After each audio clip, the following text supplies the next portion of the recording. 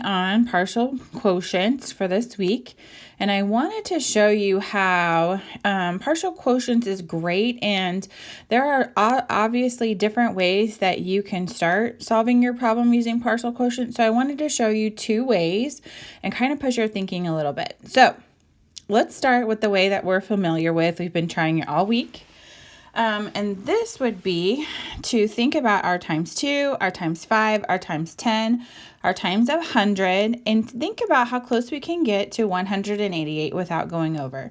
So I know that 6 times 10 gets me to 60, and I'm going to subtract that out. That gets me to 128. And then I'm just going to do it again because I already have times 10, I know is 60. I'm just going to keep taking out chunks of 60 because I'm familiar with that. So 8 take away 0 is 8, and 12 take away 6 is 6. So now I'm at 68, and I'm going to do it one more time, and that's going to get me down to 8. And now I know that I have a group of 6 inside of the 8. For sure, but I'm going to have 2 left over. So this time I'm going to have a remainder, I was trying to get that off, of 2. All right. So remember, we're going to add up the numbers here on the side. So we have 10 plus 10 plus 10 plus 1. That gets us 31.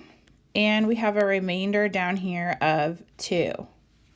So we write remainders with a capital R and a 2. Okay, so let's think about solving this problem using the same strategy of partial quotients, but we're going to think about it in a different way. So I'm going to push your thinking a little bit. All right, so let's think about this problem again. And this time, instead of thinking about the whole 188, let's just look at the first 2 digits. So we can think in our mind, what times 6 gets us to 18? Do we know anything times 6 that gets us to 18? Well, sure. We know that 3 times 6 gets us to 18, right? So using our extended multiplication, I know that 6 times 30 is going to get me to 180. Do you see how we can use extended multiplication to help us here? So now we're still going to extend our line down here so we can track our thinking, but we're going to start with multiplying it times 30. So 6 times 30 is 180. So now I have 188, take away 180. That gets us to our 8. And then we know that there's one group of 6 inside of there, and that gets us to our 2 left over. So now, in order to find our answer, we're going to add these two numbers together. 30 plus 1 is 31. And we cannot forget our remainder of 2.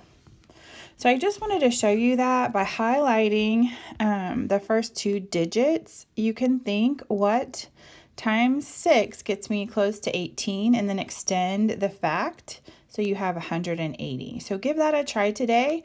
If you want to try solving your problem in more than one way like I did, that would be amazing. I can't wait to see all that you do today.